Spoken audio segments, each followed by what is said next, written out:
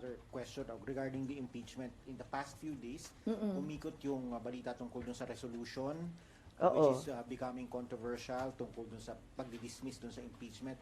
Kayo po ba meron kayong sariling version? Kasi kahapon si Senator De La Rosa admitted na meron siya. And then you said na meron din kayong mga nakitang iba pa, and I think Senator Estrada also said may nakita rin siya. So, meron na ba talagang isang resolution that will be filed on the floor, and what will be the action, or what will be, anong gusto nyo mangyari? Wala pa. At nagpapasalamat ako sa lahat ng senador kasi lahat ay naghahanap ng solusyon. Ako din naghahanap ng may solusyon dito sa problema natin sa impeachment. Para sa akin, personal lang, walang resolution to. Dapat i-dismiss na ito kaagad. Dahil unang-una, hindi na talaga kaya matapos bago yung 19th Congress, may sariling rules ang Senado. Pero, ang totoo, I have very serious concerns about the validity of the impeachment complaint arriving here in the Senate. Maliwanag naman na ito ay napila pa nung December 2024. Pagkatapos nun, a second impeachment complaint later in December, 4 December, was also endorsed and filed in the lower house. A third impeachment complaint was also filed on the 19th. So, bale, 2nd December, 4th December, 19th December, andyan na, klaro na yung impeachment complaint na nandyan sa house. Tapos, alam naman natin yung background niyan, October 2023, marami nang nagbababala na sila ay magpapadala ng impeachment complaint. Para sa akin, dahil dito, maliwanag na hindi nila ipinadala sa amin dito sa house kaagad-agad. Bakit? Ang tanong ko. Bakit wini-withhold? Kung wini-withhold nila, abay sila pala ang nagpatagal nitong lahat. Despite the lapse of 2 months, no action was taken to transmit to the Senate or refer any of the first 3 verified complaints. Only on the 5th of February, a 4th impeachment complaint was endorsed and signed and finally sent to the Senate. So, para sa akin, kinakailangan alamin kung tama rin ang ginawa ng Kongreso. Sinasabi nila dinelay ng Senado. Ang akin, teka muna, sino ba talaga ang nag-delay niyan? At ngayon, violative na of the 1-year ban on filing impeachments. Ma'am, do you think it will cross over to the 20th Congress? Hindi nga ako naniniwala dyan kasi may ruling naman, may rules ang Senado. All pending matters and proceedings shall terminate upon the expiration of 1 Congress, may be taken up by the succeeding Congress as if presented for the first time. Klaro naman sa atin, kapag nagtapos sa June 11, ang 19th Congress, dapat mag-file ulit ang House of Representatives ng panibagong articles of impeachment. Tulad ng lahat ng ating mga batas, umaabot ng third reading, pag kinapos ang oras, back to square one. Ma'am, anong sagot niyo dun sa mga sa UP Law faculty, I think Senator De Lima, Senator Drilon, all of these other people who are insisting that you should conduct the trial in accordance with the Constitution dahil nga sabi forthwith?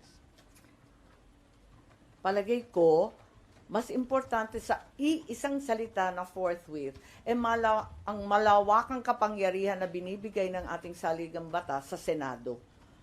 So, sa palagay ko, maraming otoridad na nagsasabi hindi pwede at ginagalang natin sila, pero sa kabila nun, ang pinakamaliwanag, ang Senado, ang may kapangyarihan magdesisyon kung ano talaga.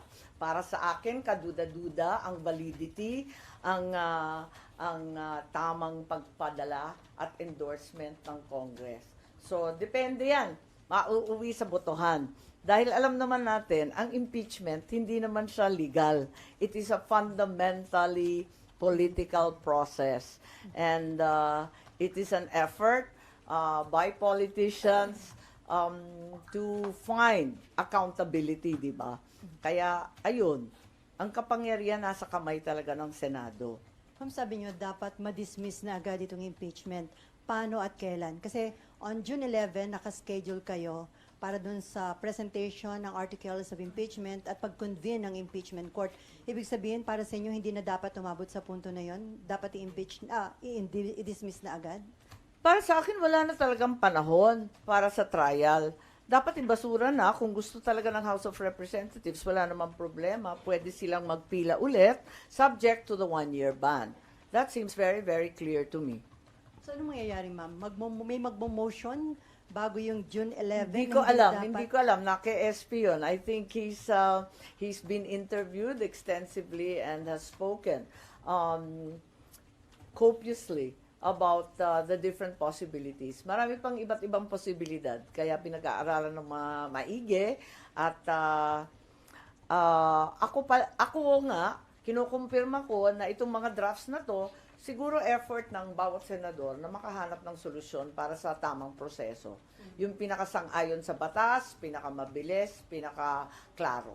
Kasi may mga nagsasabi na anumang legal issues o anumang issue concerning impeachment, dapat pag-usapan yun kapag nag-convene na kayo as impeachment court. Parang hindi nyo pwedeng pag-usapan during your plenary session, yung legislative session. Oo, maraming nagsasabi noon, pero yung pakiwari ko kasi, yung validity mismo na pagpapadala ng House of Representatives sa amin, kine-question ko eh.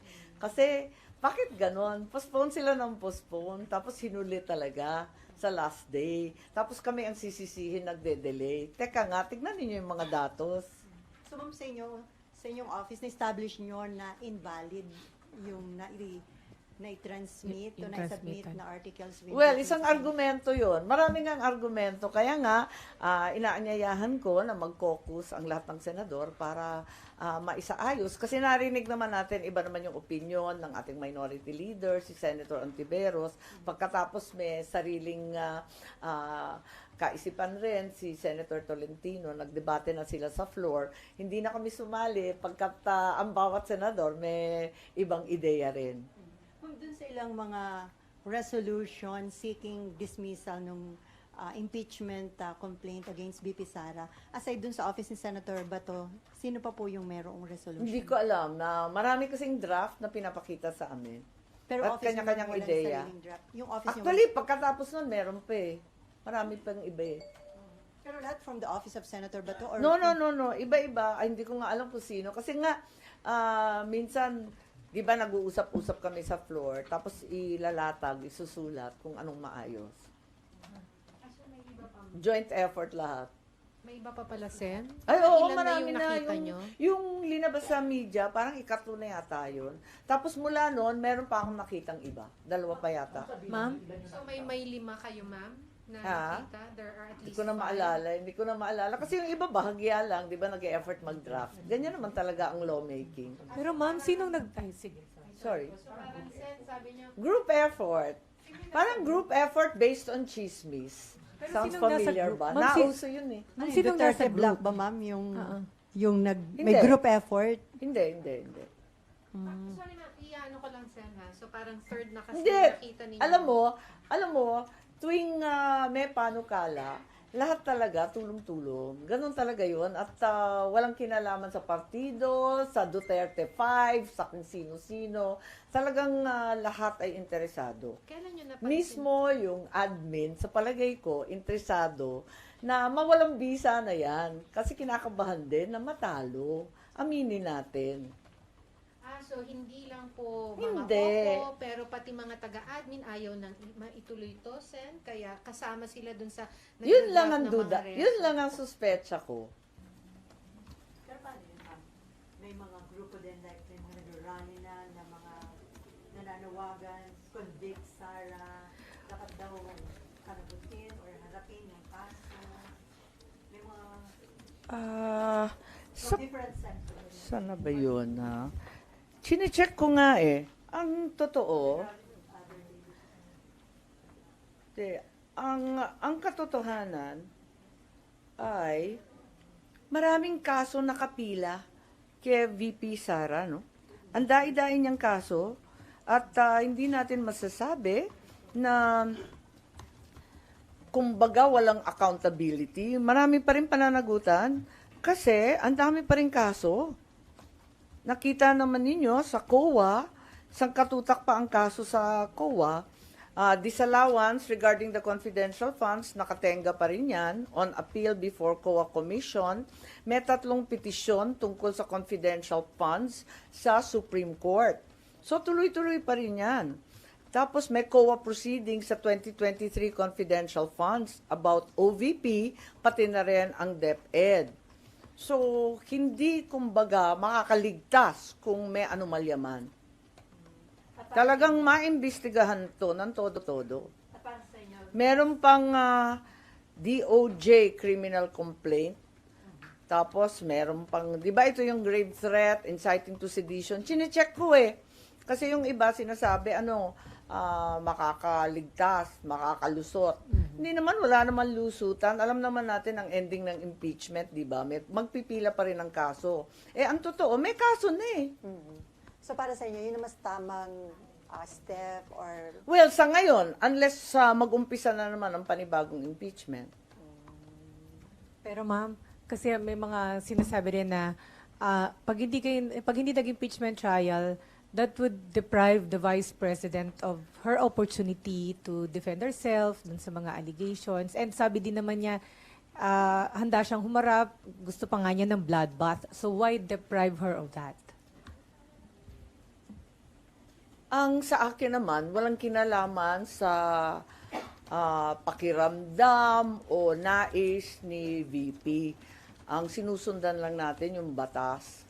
Para sa akin, mali yung pagpapadala rito. Invalid na kagad. Kasi 4 na complaint. Bakit inupuan yung 3? So ma'am, yung Tapos magtututuro ngayon. Hindi naman yata tama yun. Ma'am, yun ba yung practical way out of this?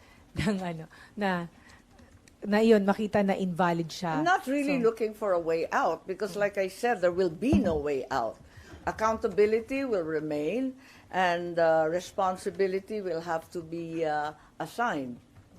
If there's any malfeasance, misfeasance, nonfeasance, if there's any criminal act involved, certainly COA, the Supreme Court, the DOJ will get to the bottom of it.